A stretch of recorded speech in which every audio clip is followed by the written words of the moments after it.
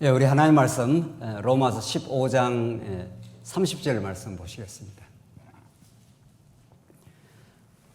우리 하나님 말씀 신약성경 로마서 15장 30절 말씀입니다. 예, 차이신 줄 알고 봉독 드리겠습니다.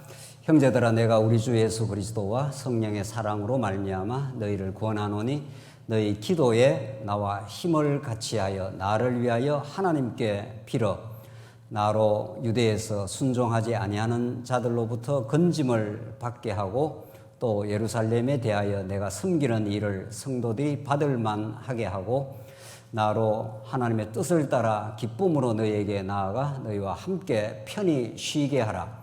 평강의 하나님께서 너희 모든 사람과 함께 계실지어다. 아멘. 33절까지 봉독 드렸습니다.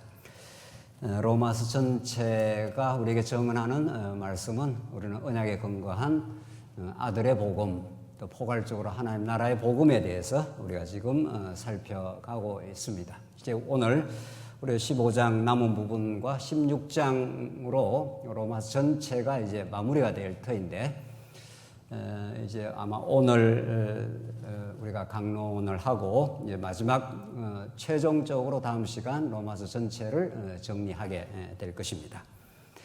로마서가 우리에게 전하는 복음은 세상에서 결코 들을 수 없는 하늘의 메시지, 하나님이 영원 안에서 하나님 나라를 이미 계획하시고 그 하나님 나라를 통해서 당신이 얼마나 능력 많으시고 신실하시고 또 우리를 끝끝내 사랑하시는 우리 여호와 하나님이신가를 가르쳐주기 위해서 하나님께서는 계시하시되 언약의 방식으로 하나님이 당신을 계시하시겠다. 이것이 성경 66번 전편에 나타나 있으되 로마서는 아주 교리적으로 압축적으로 우리에게 가르쳐주고 있습니다.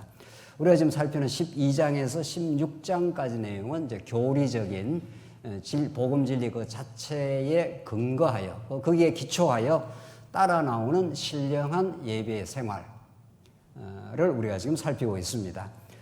5가지 항목으로 로마서가 지금 증거하는 내용이 있는데, 은사를 실행한다든가, 그 다음 상황에 대처한다든가, 또 약자들을 보호하는 생활, 그리고 우리가 이제 오늘 우리 지난 시간 15장 내용 이방을 용납하는 생활, 그리고 오늘 16장에서 여러 지체들을 문안하면서 교회는 이런 지체 혹은 동력자들 간의 이제 연합을 통해서 교회가 세워져 간다 하는 것으로 16장 오늘 전체 마무리가 되고 있습니다.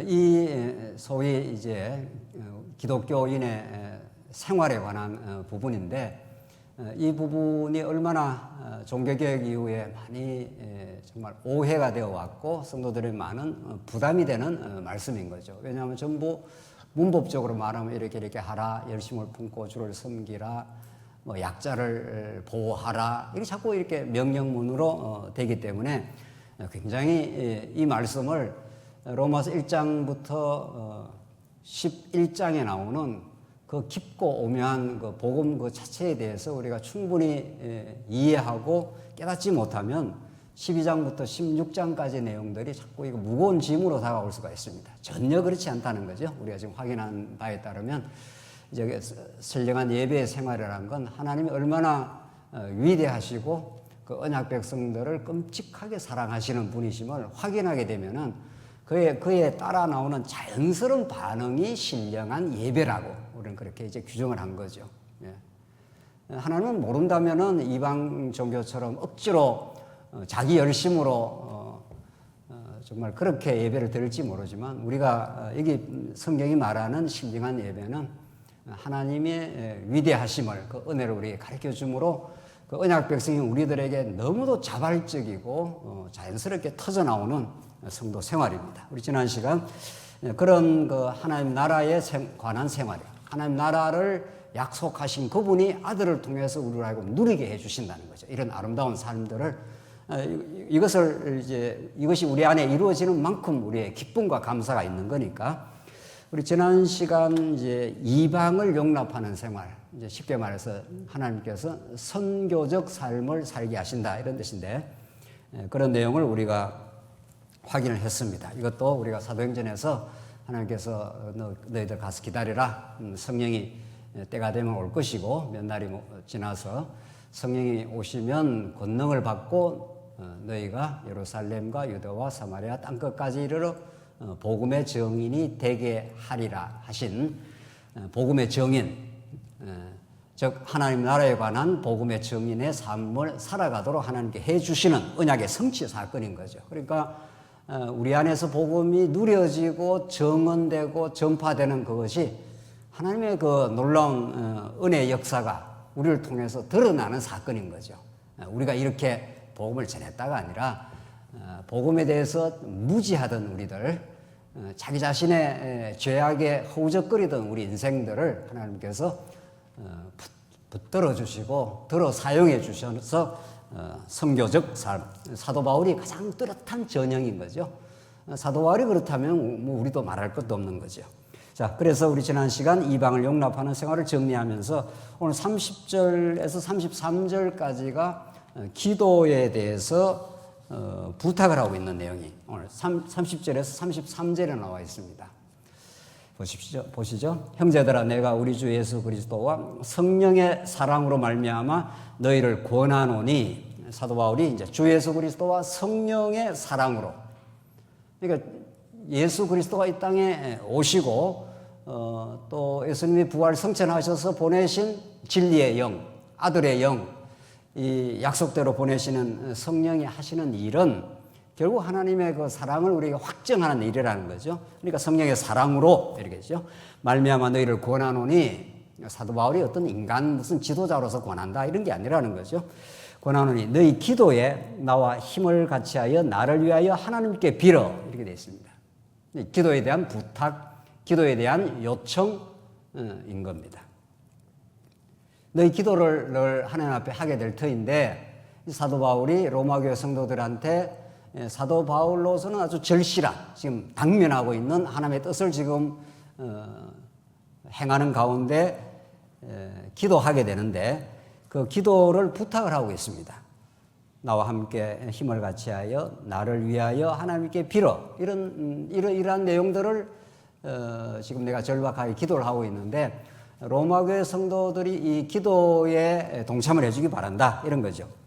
세 가지 내용이 나오는데, 첫 번째 31절, 나로 유대에서 순종하지 아니하는 자들로부터 건짐을 받게 하고, 이것은 우리가 사도행전 전편을 통해서 확인할 수 있는데, 바울이 얼마나 이 유대에서 순종하지 아니하는 자들, 그러니까 적극적으로 하나님의 의를 추구하는 게 아니라 자기 의를 추구하는 유대주의자들, 이런 거죠. 그들은 마치 하나님을 섬긴다 하면서 알고 보면은 자기 의를 세우기 위해서 했다. 이게 로마서 10장, 9장, 10장에서 계속 나오는 말씀 아니었습니까? 그런 유대주의자들은 율법 앞에서 자기가 죄인임을 깨닫고 온전히 예수 그리스도 앞으로 나아가는 신앙생활이 아니라 하나님 주신 율법을 자기가 마치 노력하면 지킬 수 있는 양, 그게 유대주의자 혹은 율법주의자들이죠. 그들이 가장 바울을 핍박을 한 거죠. 그들이 가장 바울을 핍박하고 바울을 아예 죽이려고 한 거죠. 그래서 나로 유대에서 순종하지 않은 자들로부터 건짐을 받게 해달라. 이게 바울은 언제나 유대주의자들에 의해서 위협과 핍박과 협박과 이런 속에서 하나님이 그 바울을 지켜왔고, 이 순수한 복음을 하나님께서 전할 수 있도록 그렇게 인도해 준 거죠. 그게 바울로서는 로마교회 성도들한테 지금 기도 부탁의 첫 번째 제목입니다. 유대주의자들의 이 순종하지 않은 자들로부터 건짐을 받게 하라, 이런 위협 속에 내가 있다는 거죠. 두 번째, 또 예루살렘에 대하여 내가 섬기는 일을 성도들이 받을 만하게 하고, 이게 무슨 말입니까? 지금 사도 바울이 그 앞에서 내가 예루살렘으로 갔다가 내가 로마로 가기를 원한다 그랬죠. 지금 마게도냐와 아가야 성도들이 예루살렘에 굉장히 경제적으로 극심한 어려움이 있다는 소식을 듣고 많은 연보를 협력을 해가지고 바울이 그걸 가지고 지금 예루살렘에 전달해주고 그 다음 이제 로마로 가기를 지금 바라는 거죠. 그게 앞에서 나왔지 않습니까? 그런데 예루살렘에 대하여 내가 섬기는 일을 성도들이 받을 만하게 하고, 이게 무슨 말입니까? 우리는 그저 연보해서 어떤 어려운 성도를 도와준다. 그건 아주 정말 아름답고 귀한 일이죠. 그러나 바울은 굉장히 그 깊이가 있고 어떤 그 아름다운 선한 일을 하는 것도 많이 이렇게 생각해서 지금 기도를 해달라는 거죠. 어떻게? 왜? 예루살렘에 대하여 내가 섬기는 일, 이 연보를 이제 전달하는 일입니다. 이를 성도들이 받을 만하게 하고 이렇게 되어 있어요. 무턱대놓고 막 연보를 하고 무턱대놓고 도와주고 이렇게 하지 않는다는 거죠. 그쪽이 도움을 받을 만한 처지인지도 확인해야 되고 또 도움을 받고 그걸 하나님의 뜻으로 받을 만한 바탕이 되어 있는지도 확인해야 되고 그런 말이 있습니다. 교만한 천민한테 도와줬다가 뺨을 맞는다는 말이 있어요. 그러니까 무조건 도와주는 것도 아니라는 거죠. 정말 도와주고자 하는 마음은 아름다운 마음이지만 그것이 그들이 정말 하나님의 선한 마음으로 받을 만한지 그런 마음의 태도가 되어 있는지 그저 불쌍해서 동정받는다는 느낌을 받으면 그것이 오히려 자존심을 꺾게 만들고 진정한 어떤 하나님의 사랑의 전달이 안 될 수가 있는 거죠. 이런 부분들은 우리가 교회에서 굉장히 깊이 생각할 부분인 거죠. 이것이 극단으로 나가서 또 이런 선하고 아름다운 일들을 하는 것을 많이 제재를 받는 예도 있었지만 그런 건 아닌 거죠. 예루살렘에 대해 내가 섬기는 일을 성도들이 받을 만하고 정말 성도들이 어떤 어려움 가운데 있는지 또 전하는 사람이 순수하고 아름다운 마음을 담아서 하는 건지 이런 것들을 하는 사람도 하나님 앞에서 자기를 성찰하고 점검해야 되고 또 받는 사람도 그것이 아름답게 받을 수 있도록 정말 그렇게 기도를 해달라. 세 번째, 나로 하나님의 뜻을 따라 32절입니다. 나로 하나님의 뜻을 따라 기쁨으로 너희에게 나아가 너희와 함께 편히 쉬게 하라. 다른 번역에는 편히 너희와 함께 기운을 얻게 하라. 이렇게 또 번역이 됩니다. 이걸 보면은 바울이 굉장히 지쳐 있다는 것을 알 수가 있는 거죠. 바울이 뭐 쇳덩으로 진 인생이 아니고 하나님께서 믿음을 주시고 또 복음의 감격을 주셔서 그 어려운 유대주의자들의 협박과 도전 속을 뚫고 나가면서 복음을 전파했던 건 사실이고 그러나 바울도 성도들과 함께 때로는 지치고 어려운 때 오늘 본문의 말씀 따라 하나님의 뜻을 따라 기쁨으로 너희에게 나아가 너희와 함께 편히 쉬게 하라. 좀 기운을 얻게 하라. 내가 새로운 마음의 그 위로와 새 힘을 얻는 그런 교제의 시간이 되기를 바란다. 이런 거죠. 그러니까 이 세 가지 그 기도의 내용 하나하나가 정말 바울의 절박하고 하나님 바울을 섭리해가는 선교적 혹은 목회적 상황이었다는 걸 우리가 알 수 있는 거죠. 우리가 기도에 대해서 정말 깊이 있게 우리가 생각하고 우리는 진정한 이제 언약의 말씀 하나님이 영원 안에서 당신이 작정하시고 그 아름다운 뜻을 이 땅에 언약의 방식으로 당신의 복음을 계시하시고 그걸 이루어 가시는 분이고 극단적으로 말한다면 우리 인간의 기도라는 과정이 없어도 하나님은 얼마든지 당신의 뜻을 이루시는 거죠. 근데 어떤 성경에도 하나님의 언약을 이루는 과정에 이 기도하게 하시는 기도의 마음을 주어서 하나님의 그 언약 성취에 하나님의 언약 백성을 동반자로 하나님의 동력자로 우리를 함께 동참시키시는 하나님의 역사가 있다는 거죠. 아버지가 집안에 어떤 일을 처리할 때 아버지 혼자 얼마나 다 할 수 있는 거죠. 그러나 우리가 아이들이 좀 자라기 시작하면은 집안에 이런 중요한 일이 있는데 하고 아이들하고 상의하고 너는 어떻게 생각하니? 너는 어떻게 이 일을 바라보고 있니? 이렇게 해서 어떤 중요한 결정 어떤 걸 할 때 우리 가족 구성원들이 함께 그 의논을 한다든가 그 일에 동참을 시키는 것은 그 아이의 무슨 힘이 있어야 그 일이 이루어지기 때문만도 아닙니다. 그렇잖아요. 특히 아이들이 어릴 때는 더 그렇잖아요. 그럼 왜 그렇게 합니까? 부모가? 그것은 이 가족 사이에 중요한 어떤 일, 또 아름다운 일, 이런 일이 진행될 때 아버지가 그냥 다 하면 되는 거죠. 아버지가 능력 있고 힘 있는데 그걸 못 하겠냐고요. 그런데 아이에게 그 일을 동참시키는 것은 그 어떤 아름답고 중요한 일에 아이들이 동참이 되고 그 일이 이루어졌을 때 아이도 함께 사랑하는 가족의 구성원으로 그 기쁨을 누리게 하려고 그렇게 하는 거죠. 아주 의도적으로 그렇게 하는 거죠. 하나님은 우리 언약 백성들의 조브라운 힘, 협력 이런 거 전혀 없어도 얼마든지 하나님 일하실 일인 거죠. 하나님 나라를 또 하나님이 이루시지 어떻게 하나님이 어떤 피조 인생의 힘을 빌려서 하겠냐고요. 그러나 하나님이 당신의 나라, 하나님 나라를 이루실 때 그 일을 이루는 과정에서 우리에게 그 뜻을 가르쳐 주시고, 그게 언약입니다. 언약이라는 게 하나님 나라에 관한 언약이니까. 당신이 이 하나님 나라를 이루시겠다는 거죠. 그 희락과 의와 평강과 희락의 나라, 그게 복된 나라. 거기서 우리가 이 고단한 세상 가운데서 하나님의 주시는 기쁨을 누리는 나라, 그걸 하나님이 이루시겠다는 거죠. 그걸 이루는 과정에 필연적으로 우리 언약 백성들에게 뜻을 가르쳐 주시고, 그래서 언약의 말씀을 우리가 제대로 알아야 언약적 기도를 한다는 거잖아요. 언약적 기도의 그 반대편에 있는 게 기복적 기도 아니겠어요? 인간이 타락한 인간은 다 자기 뜻대로 뭘 하고 싶습니다. 자식 잘 되길 바라고, 건강하길 바라고, 만사 형통하길 바라고. 그래서 기독교가 아니라도 세상의 종교는 언제나 번창합니다. 21세기에 이렇게 첨단 과학이 발달했는데도 종교는 사라지지 않습니다. 절대로 사라지지 않습니다. 왜?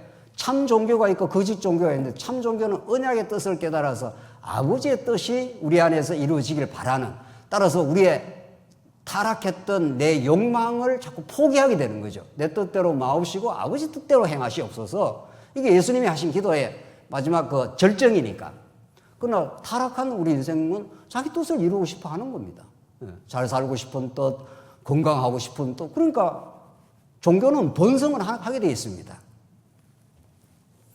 그래서 우리가 이 기도라는 것은 언약의 말씀을 우리가 듣는, 우리는 제대로 된 기도, 진정한 신앙생활, 진정한 기도 생활이 나오게 되겠죠. 기도를 떠나서 우리 신앙생활 자체를 설명할 길이 없습니다. 기도는 내 뜻을 자꾸, 내 욕망과 내 타락한 생각을 자꾸 포기하게 되고, 하나님, 내가 내 뜻대로 하고 싶은데, 이런 거죠. 자고 일어나면 내 뜻대로 하고 싶은 생각이 많잖아요. 근데 우리가 기도를 하게 되면 자고 일어나서 하나님, 오늘 하루 생활도 당신의 뜻이 이루어지길 바랍니다. 내 뜻을 포기하게 하시고 하나님의 거룩한 뜻을 생각하여 하루를 지나게 하시옵소서. 그래요, 나의 가정, 우리의 주신 직장, 그 속에서 하나님 나라의 그 꿈이 이루어지는, 하나님을 더 깊이 배워가는 우리의 삶이 되게 하시옵소서. 이게 우리의 기도입니다. 자, 이런 개인적인 기도만 하는 게 아니고 사도 바울은 로마 교회 성도들한테 함께 어떤 뜻을 이루어 가자고 기도 요청을 지금 하고 있는 중인 거죠. 우리 지금 이야기했던 세 가지, 유대주의자들로부터 건짐을 받게 하고 예루살렘에 지금 아름다운 선한 뜻을 이루어 가는데 그것이 오해가 되거나 그 사람들의 자존심을 상하게 만들거나 오히려 한 사람의 어떤 자기 공로의식이 전달되거나 이렇게 되지 않도록 기도해달라는 거죠. 그래서 우리 교회에 무슨 일을 하든지 기도하고 하는 겁니다. 무슨 일을 우리를 만나든지 기도하게 되어 있습니다. 그리고 마지막에 하나님의 뜻을 따라 기쁨으로 너에게 나가서 편히 쉬게 해달라. 기운을 얻도록 해달라. 이제 바울은 정말 이렇게 아주 솔직한 거죠. 내가 지금 좀 지쳐있다. 이런 거죠.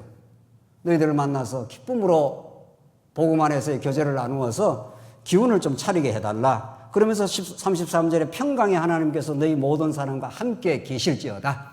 무엇보다도 중요한 이 평강을 주시는 하나님, 이런 거죠. 이게 하나님 나라의 진수 중에 진수가 평강, 혹은 다른 말로 안식, 이런 거 아니에요. 왜? 하나님 나라는 왕이신 예수가 통치하는 나라이기 때문에 우리가 우리 스스로를 다스리려고 하려거나 우리가 인간적으로 누구를 통제하고 지배하려고 하는 모든 생각을 내려놓으면은 찾아오는 게 평강이라는 거죠. 그래서 정말 우리의 기도라는 것은 기도를 한다 안 한다가 있을 수가 없고, 데살로니가 전서에 나오는 대로 항상 기뻐하라, 쉬지 말고 기도하라, 범사에 감사하라. 이것이 그리스도 예수 안에 너희를 향하신 하나님의 뜻이니라. 하나님의 뜻이 무엇입니까? 성경은 너무 명료하게 말하고 있습니다. 이게 하나님 뜻인가 저게 하나님 뜻인가. 우리는 현실에서 이게 하나님 뜻인가 저게 그건 아무도 모르는 겁니다. 되어져 가는 마지막에 어떤 결과를 보면 하나님 뜻이 이제 현실적인 일은 판명이 나는데, 진짜 하나님 뜻은 무엇을 생각하고 무엇을 하더라도 이 세 가지를 하는 겁니다. 항상 기뻐하라. 하나님께서 우리를 통치하는 왕이시다. 예수 그리스도가 우리의 머리가 되신다. 그럼 그분이 주시는 영생의 기쁨은 현실이 어떤 조건하고 상관없이 하나님께서 주시는 기쁨입니다. 여기서 항상 기뻐하라는 것은 내 뜻대로 되어야 기쁘고 내 뜻대로 안 되면 기쁨이 사라지는 그런 기쁨이 아니지 않습니까? 세상 만사는 그런 겁니다. 월급이 오르면 기뻐하고 월급이 깎이면 슬퍼하는 거, 그런 것을 하나님의 뜻이라고 하지 않습니다. 하나님의 복음 안에서 항상 기쁘게 되는 것, 이런 것입니다. 두 번째, 쉬지 말고 기도하라. 기도는 했다 안 했다 하는 것도 아니고 무슨 금식 기도하고 새벽 기도 가서만 하는 게 아니고 자고 일어나서 눈 감을 때까지 쉬지 않고 하나님의 뜻을 기도하는 겁니다. 하나님 내 뜻을 포기하시고 십자가로 하나님 나라를 이 땅에 이루신 하나님 나라가 우리의 조부라운 봉사와 우리의 마음과 뜻을 통해 이루어지게 하시옵소서. 우리 교회의 하나님 나라가 이루어지게 하시옵소서. 이게 쉬지 말고 기도하는 겁니다. 그 뜻은 완전히 이루어질 것입니다. 그 뜻은 시간이 좀 걸릴 뿐이지, 그 뜻에 우리 모든 성도가 뜻을 합치면은 어떤 일이 생겨도 하나님 나라의 뜻은 상쇄되지 않습니다. 무엇이 되면 하나님 나라가 이루어지고 무엇이 안 되면 하나님 나라가 안 이루어져요. 그렇지 않습니다. 어떤 일이 이루어져도 하나님이 작정하시고 예수 안에서 이루어준 하나님 나라는 사라지지 않습니다. 세 번째, 범사에 감사하라. 그래서 어떤 일이 되어지는 것들 통해서 내게 불리하든 내게 유리하든 그게 하나님께서 나를 가르치려는 뜻입니다. 우리가 요셉 사건을 너무도 많이 깨닫지 않습니까? 요셉에게 그 고난과 어려움, 감옥에 수모, 억울함, 그 모든 것들이 요셉에게 불리하지 않았습니다. 하나님 나라를 이루는, 결국 그 나라 백성들을 구원하고 야곱의 자손들, 그 하나님 나라 백성들을 우뚝이 세워가시는 하나님의 뜻이었습니다. 그런 하나님의 나라의 뜻은 여러분과 저의 조불한 생각에 왔다 갔다에 의해서 변개되지 않습니다. 그것이 예수 그리스도 안에서 너희를 향하신 하나님의 뜻이니라. 이게 하나님의 뜻입니다. 그 하나님의 뜻은 현실에서 내 판단 따라 이루어지는 게 아니라 위로부터 내려오는 예수 그리스도 안에서 확정되어 있고 우리 안에서 이루어 가시는 하나님의 나라입니다. 이걸 하나님께서 우리에게 이루시겠다는 겁니다. 그걸 우리가 깨닫고 그걸 추구하는, 그걸 하나님의 뜻이라고 합니다. 어떤 사람 저한테 묻습니다. 목사님, 이걸 어떻게 하나님의 뜻이, 이게 어떤 게 하나님의 뜻입니까? 묻습니다. 그걸 어떻게 아냐고. 현실적인 거를. 하나님의 뜻이 자꾸 지금 이루어져 가는 과정에 지금 이거 있는 거지, 지금. 하나님의 뜻은 현실에서 이렇게 되느냐 저렇게 되느냐 하나님의 뜻이 아니라 이 세 가지 말씀했던 예수 그리스도 안에서 주어지는 하나님 나라의 누림이 하나님의 뜻입니다. 그게 항상 기뻐하라, 쉬지 말고 기도하는 마음의 태도, 그리고 마지막에 범사에 하나님을 감사하는 것. 이게 하나님의 뜻입니다. 그러니까 하나님의 뜻을 지극히 세속적이고 현실적으로 끌어당겨가지고 자꾸 하나님의 뜻을 찾으면 안 찾아집니다. 그걸 어떻게 아냐고요, 지금. 진리 그 자체 외에 어떻게 우리가 아냐고요. 하나님 뜻 가운데 진행하고 있을 뿐입니다, 자꾸. 그걸 통해서 자꾸 더 하나님을 의지하고 하나님께 더욱 기도하고 어떤 진행을 통해서 우리 교회 성도들이 하나님 나라를 더 배워갈 수 있도록, 누릴 수 있도록 해달라는 거죠. 이게 성경이 말하는 기도이고 데살로니가 전서가 우리에게 가르쳐주는 예수 그리스도 안에서 너희를 향하신 하나님의 뜻입니다. 그래서 정말 제대로 된 예정론을 깨달으면 제대로 된 기도가 나오겠죠. 하나님이 만세전에 예정한 그 아름다운 그리스도 안에서의 정한 뜻을 언약의 방식으로 이루시되 그 하나님 나라는 우리의 힘과 지혜로 이룰 수가 없기 때문에 우리는 하나님을 의지할 수밖에 없습니다. 하나님 우리에게 지혜를 주시고 우리에게 하늘의 평화를 주시고 다른 지체들을 용납할 수 있는 마음을 주시고 그래야 우리 마음속에 평안을 얻게 하시옵소서. 이게 늘 우리의 기도입니다. 그 기도가 하늘에 자꾸 상달이 되겠죠. 과정에 이런저런 과정은 거치더라도 하나님께서 그 기도를 들으시는 겁니다. 그 기도가 하늘에 사무치게 되면은 하나님은 하나님의 계획 가운데 이제 이루어 가시겠죠. 사도 바울은 그렇게 로마 교회 성도들한테 솔직한 심정을 이야기하면서 내가 이 위협에서 건짐을 받게 해달라. 예루살렘의 성도들이 이 섬기는 일로 잘 그것이 받아들여지게 해달라. 그리고 내가 지금 지쳐 있으니 편히 좀 쉬게 해달라. 기운을 얻게 해달라. 이렇게 기도의 요청을 하고 있는 겁니다.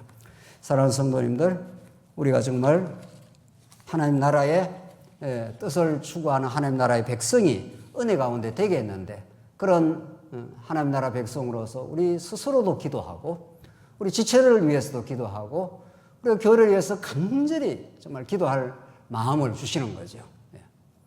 교회 우리가 몇 년간 겪어왔던 그 시련은 우리 하여금 더 깊은 기도의 시간으로 정말 우리가 이루어낼 수 없는 이 하나님 나라의 꿈을 하나님께서 이루어 주시라고 우리에게 말씀의 깊은 깨달음을 주시라고 우리 생각들을 포기하고 하나님의 뜻을 따르는 그런 간절함을 주시라고 우리 지체들을 정말 용납하는 넓은 마음을 주시라고 그리하여 우리 성도들이 이 고단하고 어려운 세상살이 하면서 교회에서 하나님 나라가 어떤 건지를 경험하게 해달라고 그래야 이 누려지는 하나님 나라가 만약 우리에게 있다면 이 하나님 나라가 땅끝을 향해서 우리의 경계를 넘어가도록 해달라고 이 기도가 멈출 수가 없는 거죠.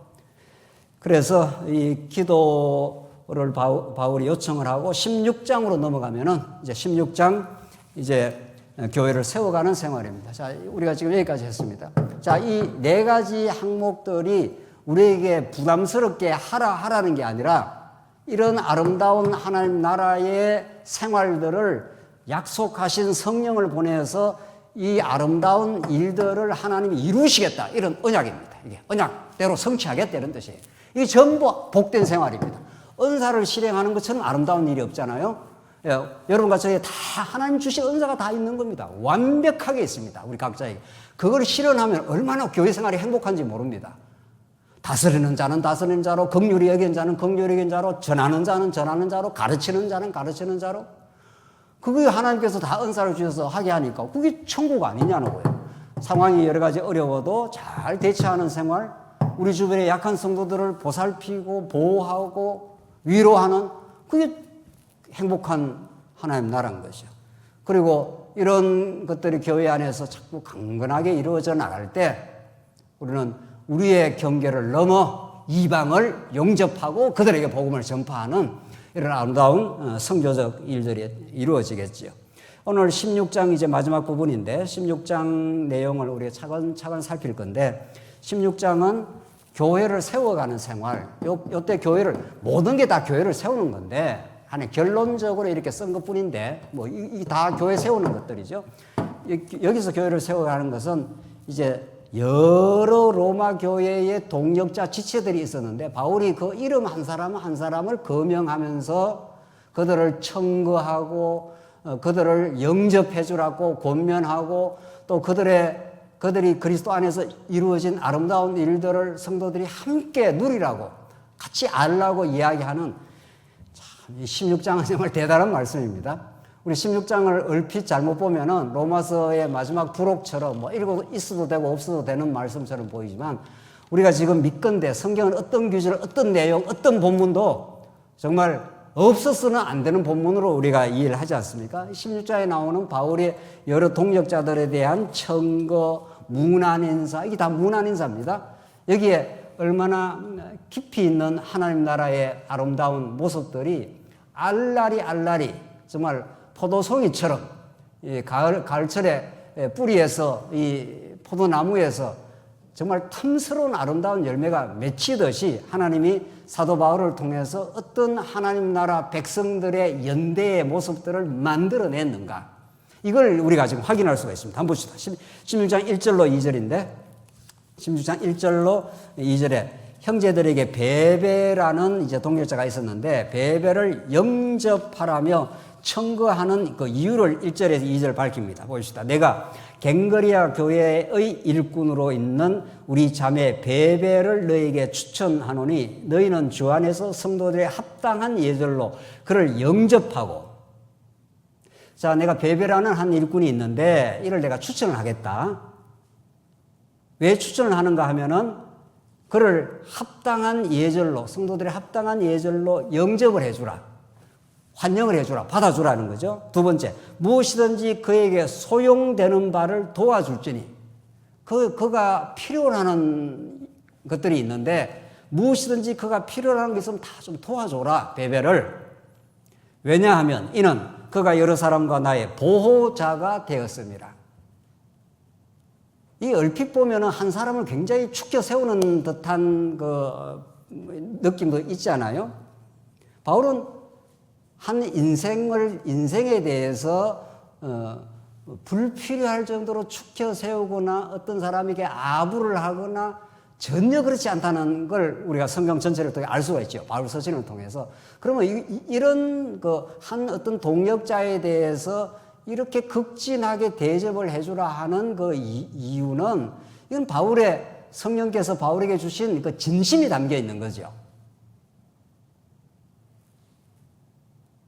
베베라는 자가 갱거리아 교회 일꾼인데 여기서 일꾼 하는 것은 이제 다른 말 번역에는 이제 집사라는 그 헬라어로 이제 같이 쓰이지만 여기는 그냥 일반적인 집사하고는 조금 다릅니다. 왜냐하면 그 뒤에 보면은 나의 보호자라는 말이 있습니다. 이건 신약 성경에서 헬라어로 한 번밖에 쓰이지 않는 단어인데 보호자라 후원자, 보호자, 후견인 아주 그런 뜻입니다. 보호자가 됐는데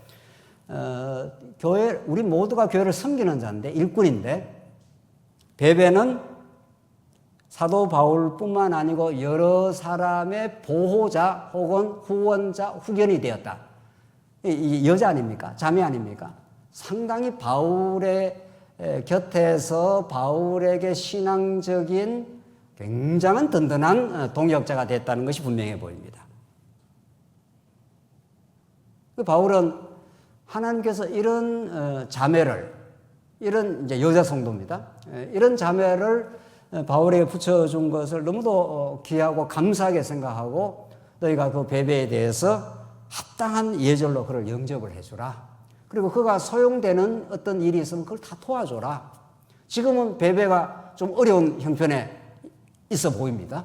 그러니까 베베가 원래는 그렇지 않았는데 뭐 우리는 구체적인 내용은 모르지만 상당히 여러 동역자들과 바울의 후견인, 보호자, 후원자 이런 개념으로 많은 복음 사역에 동참을 했던 일꾼으로 보이는데 지금은 좀 그렇지 않는 것이 우리가 눈치를 챌 수가 있지 않아요? 그래서 그걸 합당한 예절로 영접을 해주라.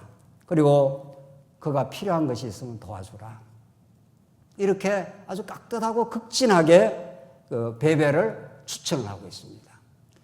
정말 그 귀하고 아름다운 일인 거죠. 이게 하나님 나라의 실제인 거죠. 우리 교회에서 지체들을 만나고 우리가 교회 동역자들을 만나고 어떤 교회를 같이 우리가 도모하고 어떤 일을 이루어가고 이럴 때 그 동역자를 붙여주신 하나님, 이건 정말 하나님 나라는 복잡한 이론에 있지 않습니다. 하나님 나라는 어디 어렵고 복잡한 무슨 이론적인 무슨 신학적인 무슨 지식 속에 하나님 나라가 있는 게 아닙니다. 하나님 나라는 너무도 리얼하고 구체적이고 실제적입니다. 하나님이 우리를 그리스도의 지체로 묶어주셨다. 이게 하나님 나라의 첫 번째 조건 아니에요? 그분이 예수 그리스도 우리의 머리가 되신다. 우리는 머리가 아니다는 거죠.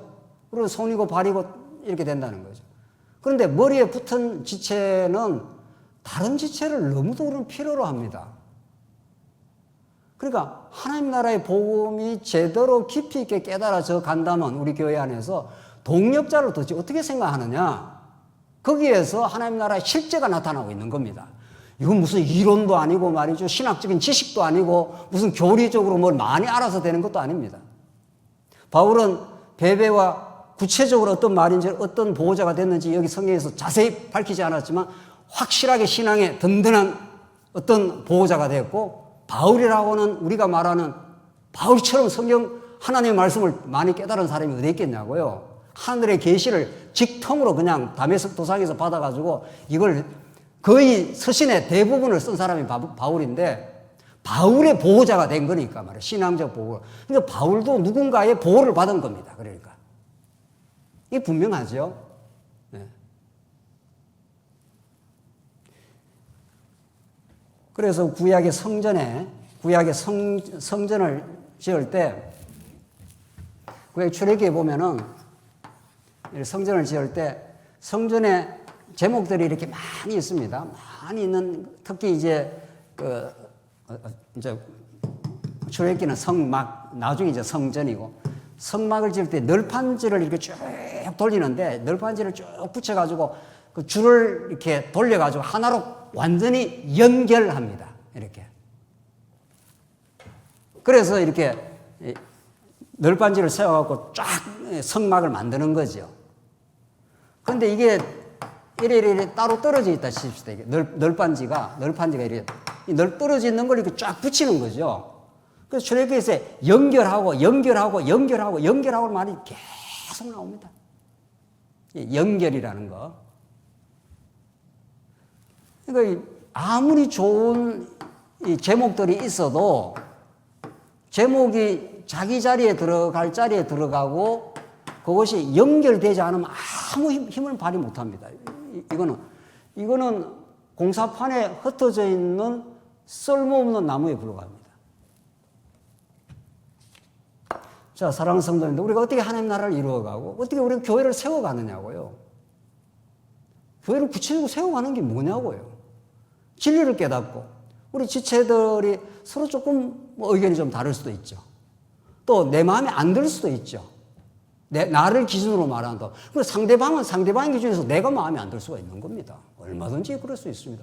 부부 간에도 마음에 안 들 게 얼마든지 있을 수 있고 의견 차이가 있을 수 있는데, 무슨 수로 우리가 의견이 완벽하게 일치를 합니까? 하나님 나라라고는 진리의 가치에 완벽하게 일치를 하고 점점 우리가 보다 나은 성숙의 과정을 우리는 거쳐가고 있는 중인 거죠. 자꾸 이렇게 토론을 해보거나 대화를 해보고 하면은 내 생각에 좀 한계가 있었네. 우리 다른 동역자 이야기를 들어보니까 그게 참 일리가 있어 보이네. 이런 거죠. 안 그러면 그냥 목사 혼자 하든가 그렇게 돌아가야 되겠죠. 왜 토론을 하고 왜 우리가 회의를 하고 하는 겁니까? 그래서 하나님 나라는 멀리 있지 않습니다. 이런 것을 가지고 하나님 나라를 누리고 싶고 함께 정말 기쁨을 나누고 싶은 마음이 있는 거잖아요. 바울은 베베라고 하는 자를 자신의 보호자로 생각하면서 그걸 인정을 하고 추천을 하고 이렇게 하고 있습니다. 3절 보시면, 너희는 그리스도 예수 안에서 나의 동역자들인 브리스가와 아굴라에게 문안하라. 자, 이 유명한 브리스길라 아굴라입니다. 이 사람이. 우리가 사도행전에서 이미 공부를 한 대로 바울이 고린도에 갔을 때 바울이 정말 어렵게 고린도를 갔습니다. 그런데 마침 고린도에서 천막을 만드는 일터에 갔는데 브리스길라와 아굴라가 만나지 않습니까? 브리스길라 아굴라가 원래 어디에 있던 사람입니까? 로마에 있던 사람이죠. 글라우디오 황제가 유대인 추방령이 내려가지고 그래서 로마에서 못 살고 이렇게 흘러 난민입니다. 그렇게 요즘으로 말하면 난민처럼 이렇게 그 로마에서 쫓겨나가지고 흘러 지금 고린도에 왔다가 바울하고 이렇게 정확하게 만난 겁니다. 그 사도행전에서 그걸 그렇게 표현을 하고 있지 않습니까? 그 당시에 로마 황제 글라우디오 황제가 추방령 때문에 쫓겨나서 고린도에 왔는데 바울과 브리스길라 아굴라가 거기서 만나서 업이 같음으로 천막 집기를 하면서 거기에 고린도 교회가 세워진 거죠. 세상에. 이 브리스길라 아굴라입니다. 브리스길라 아굴라가 얼마나 이 바울로부터 말씀을 잘 배워 깨달은가 하면은 그 당시 아볼로라고 하는 아주 박식한 성경에 아주 능통한 요즘으로 하면 막 성경 박사입니다. 아볼로가 있었는데 아볼로가 요한의 세례밖에 몰랐어요. 성령의 세례를 모르고 성경을 가르치면 그러니까 브리스길라 아굴라가 딱 들어보니까 브리스길라 아굴라는 바울에게 직접 배운 사람이죠. 그러니까 바울이 알고 있는 복음을 이제 잘 알고 있는 거죠. 아볼로는 성경은 많이 아는데 이 요한의 세례밖에 몰라요. 그러니까 브리스길라 아굴라가 이렇게 들어보니까 그래서 브리스길라 아굴라가 아주 점잖하게 그야말로 이렇게 아볼로를 불렀습니다. 공개석상에서 이렇게 지적을 한 게 아니고 점잖하게 불러가지고 이러한 것들은 이렇게 가르치는 게 더 정확합니다. 사도행전에 나오죠. 하나님의 도를 더 정확하게 일러준 사람입니다. 이 브리스길라 아굴라가 집사라도 말이 집사지, 이 당시에는 집사, 목사 이렇게 큰 구별이 없는 겁니다. 따지고 보면은. 이 지금 아볼라는 거의 박사급인데, 박사급에게 성경은 이렇게 보는 게 더 좋다고 가르쳐줘가지고 아볼로가 그걸 깨닫고 딱 그걸 받아들이게 됩니다. 이 정도 브리스길라 아굴라가 바울의 동역자였는데, 그러니까 성경도 잘 알고 정말 바울의 고린도 교회를 세우는 든든한 동역자가 된 거죠. 4절 보십시오. 그들은 내 목숨을 위하여 자기들의 목까지도 내놓았나니 나뿐 아니라 이방인의 모든 교회도 그들에게 감사하느니라. 참 바울은 정말 바울은 더없이 행복한 사람입니다. 바울처럼 고난과 핍박과 어려움을 많이 겪지를 않았는데 바울은 하나님께서 바울 주위에 브리스길라와 아굴라 같은 동역자가 있는 겁니다. 어느 정도 내 목숨을 위하여 자기들의 목까지도 내놓았느니 나뿐 아니라 이방인의 모든 교회도 그들에게 감사한다. 브리스길라 아굴라가 이렇게 치열하고 헌신적이고 정말 그랬다는 겁니다. 하나님의 교회에는 이런 일꾼이 세워지길 바라는 거죠. 우리는 정말 헌신적이고 정말 순수하고 정말 다른 지체를 위해서 아주 헌신하되 그것을 자기 공로로 여기지 않는 정말 그런 하나님의 그 일꾼들. 바울은 브리스길라와 아굴라만 생각해도 자기의 모든 고난과 어려움의 사역 가운데 있었던 모든 걸 다 상쇄하고 다 위로받는 그런 동역자가 된 거죠. 하나님께서 그런 동역자를 붙인 거죠. 자, 우리가 지금 교회를 세워가는 생활인데 16장이 자, 교회를 어떻게 세울 건가? 이런 교회를 교회는 성전이고 집인데 이게 다 브리스길라, 아굴라, 베베, 그 다음에 나오는 에베네도 등등등등등등등 이렇게 착착착 연결이 되는 겁니다. 진리가 다르지 않는 한 우리는 결코 시간이 걸릴 뿐이지 하나 될 수가 있는 거죠. 진리가 다르면 우리는 하나 될 수가 없죠. 하나 되지 않아야 되지요. 진리가 다른 가톨릭과 우리가 하나 될 이유가 없죠. 하나님께서 진리가 같다면, 진리의 깨달음을 우리가 함께 느낀다면 인내하고 기도하고 또 우리 자신을 돌아보고 끊임없이 더 성장의 길을 가도록 우리가 기도하는 거죠. 지금 사도 바울에게 붙여준 이 베베, 브리스길라, 아굴라 이런 멋들어지는 동역자와 이 아름다운 그 연대 말이죠. 이게 교회를 세우는 거죠. 교회가 강건하게 세워졌다는 건 이미 그런 동역자들의 연대가 잘 연결이 되어 있다는 뜻입니다. 그 연결이 안 되어 있으면 교회가 자꾸 세워지기 어렵죠. 자꾸 어려움이 생기는 거죠. 물론 그것도 하나의 진통이고 과정적 성숙의 과정에 있을 수가 있는 일이죠. 그러나 우리가 더 성숙할 이유가 있고 하나님께서 우리를 더 깊이 지체를 이해할 이유가 있는 거죠. 여러분과 제가 생각하는 게 다가 아닙니다. 그래서 내 생각을 우리는 앞세울 수가 없고 하나님의 뜻을 우리가 기도할 뿐인 거죠. 내 생각이 있을 수 있죠. 내 의견이 있을 수가 있죠. 그게 절대적이냐고요. 김기훈 목사의 어떤 의견이 절대적일 수 있겠냐고요. 김기훈 목사는 김기훈 목사의 신앙과 어떤 그런 목사라는 입장에서 본 거죠. 그게 다른 우리 장로님이나 다른 권사님의 이야기를 들어야 되는 거죠. 아, 저렇게 좀 내가 참조를 하고 저렇게 내 생각을 좀 수정을 하고 끊임없이 그 작업이 일어나고 있는 거죠. 여러분 안 그렇습니까? 내가 보는 게 절대적입니까? 그렇지 않습니다. 절대로 그렇지 않습니다. 만약 그렇게 생각한다면 너무도 큰 오만이고 교만입니다. 우리는 하나님 앞에 그렇게 될 수가 없는 존재들이고 자기중심적 죄인입니다. 우리는. 사도 바울은 이런 귀한 동역자를 하나님이 붙여줬고 5절 읽고 이제 결론을 짓죠. 5절하고 조금만 더 보고 또 저의 집에 있는 교회도 문안하라. 내가 사랑하는 에베네도에게 문안하라. 내가 사랑하는 에베네도.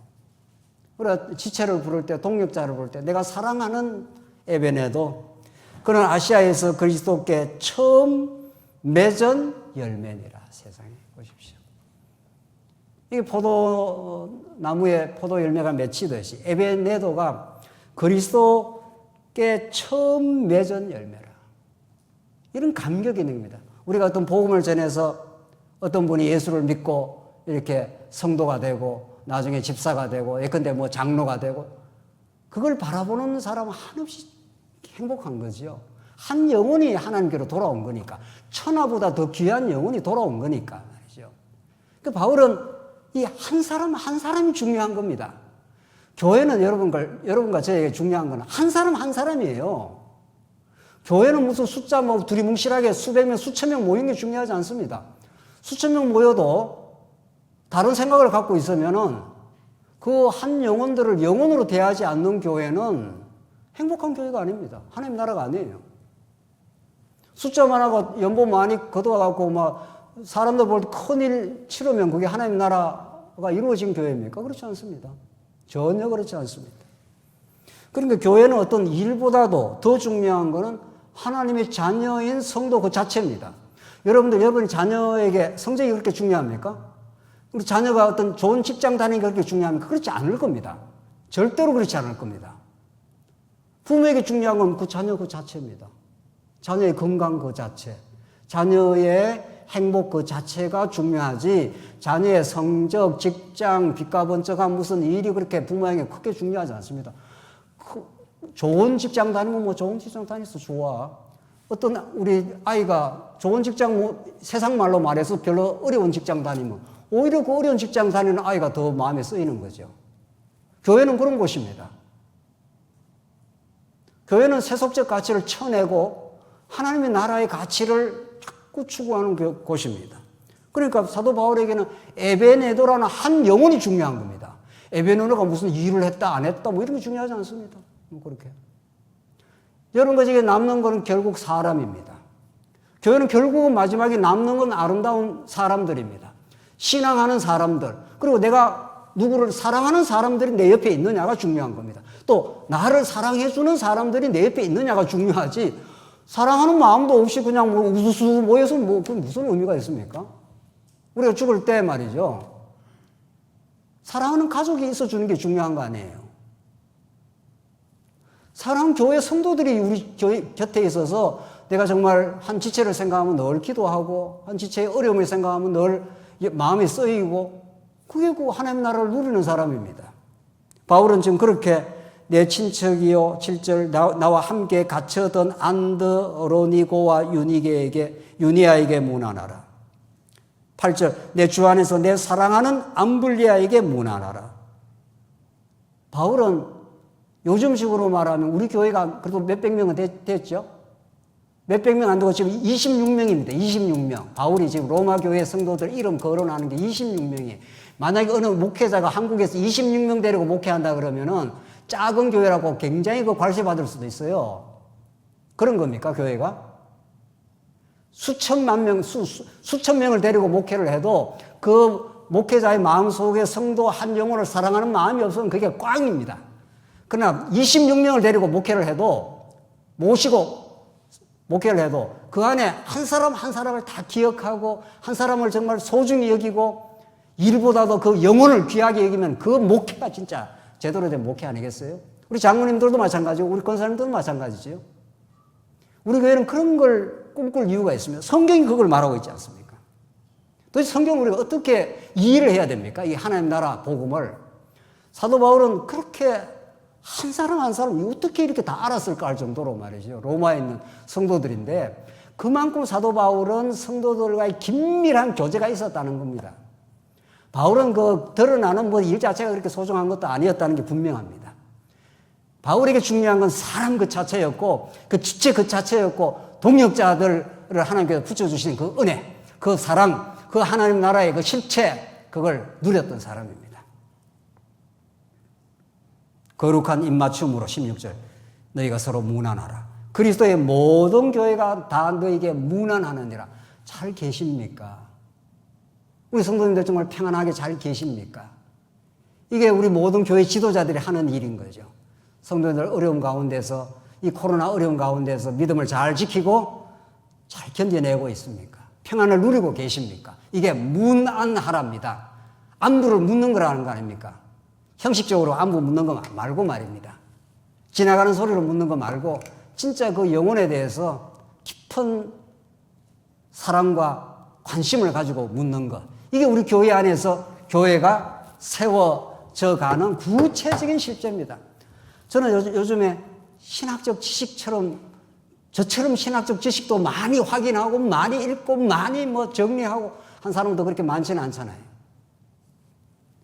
그게 우리의 목회와 연결되지 않는다면 우리 영혼들의 진짜 삶과 그 관심과 사랑으로 연결되지 않는 목회는 아무 꽝인 겁니다. 그거는 목회자만 또 하는 일도 아닙니다. 우리 장로님들, 권사님들 다 그런 같이 동참하고 있지 않습니까? 하나님께서 우리에게 그걸 회복시켜주길 원하는 겁니다. 진짜 우리 안에 제대로 된 하나님 나라가, 제대로 된 복음에 대한 이해가, 이게 무슨 신학적 지식에 다 담겨있는, 책에 담겨있는 지식이 아니라 실제가 되고 여러분과 저에게 기쁨이 되는, 진정으로 우리 사는 맛이 나는, 우리 사랑하는 지체들을 옆에 두고 관심을 가지는 그래서 우리 성도들에게 나아갈 때 그침없이 나아가는 선입견을 가지고 이렇게 자꾸 판단하고 나아가는 게 아니라 그냥 지체로 우리가 만나는 그것이 우리 교회 안에 회복되기를 우리는 간절히 바라는 겁니다. 이 하나님 나라의 진짜 복음이 가짜 복음 말고 말이죠. 책 속에 들어있는 그런 이론화된 복음 말고 살아있는 복음 안에 우리 삶에 진정한 평화가 있길 바랍니다. 기도하십시다. 자비하신 하나님 아버지, 은혜를 감사합니다. 하나님께서 약속하신 그 하나님 나라가 우리 안에 간절히 이루어지길 바랍니다. 우리 교회가 진정으로 복음 안에서 회복되길 바라고 성장하길 바라오니 하나님께서 우리를 긍휼히 여겨 주시옵소서. 예수 그리스도의 이름으로 기도합니다. 아멘.